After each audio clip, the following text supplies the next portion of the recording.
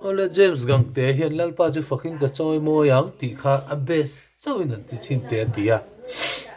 muang changin hati chinila kan sakna hi d ani transpose plus 2 lalpa chu fakin ka chawimawi min tlan tu ani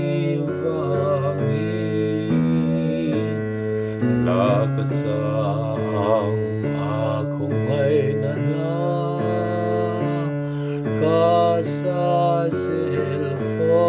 vanga ka sual zong zong aman min tlak sa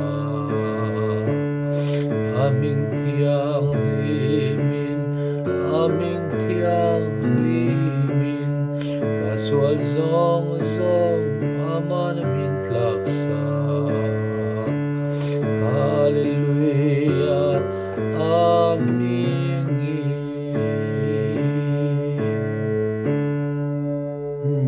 kha bes zong su kha kha ni maya chang khat le thunun ka sual zong zong aman min tlak sa ti lai kha chu a zung u pon avati theya min tlak sa ipon min tlak sa bovati theya tha chu bari thiam dan dan tamai sela tu na rang deuh lakin han ti leila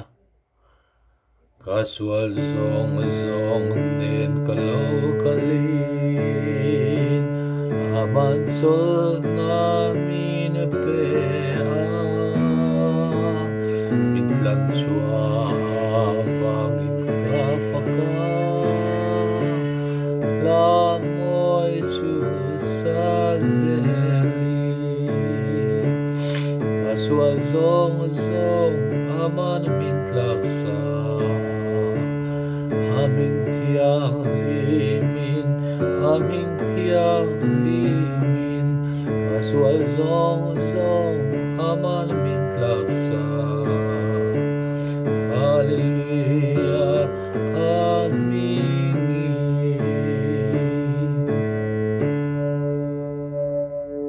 kaka Lengkhawm a bes kal dan chuni tamai ni he lam ding lam kan lo meta nen ka len chuan ka fak zuala tina ata min hi ka fak fo wanga chatuan thingi ka fak to heloma ka sual zong zong aman min tlak sa aming tiang limin aming tiang limin ka sual zong zong aman min tlak sa hallelujah amin ka tiang vel kha lo ni le ta mà sẽ lên kho mà chân kan soyang khan kan an zai tui don tak tak chuan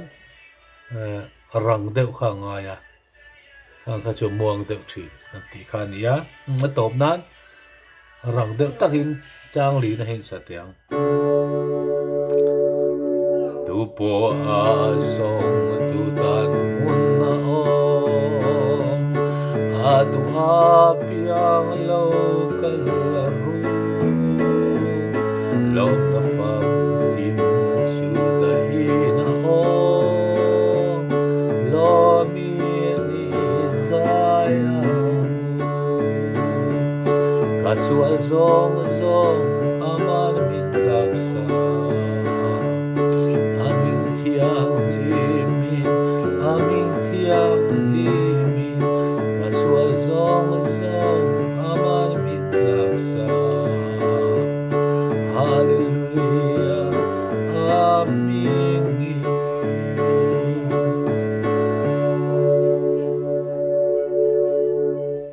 ti khan tu tok le pot me ron request tu kha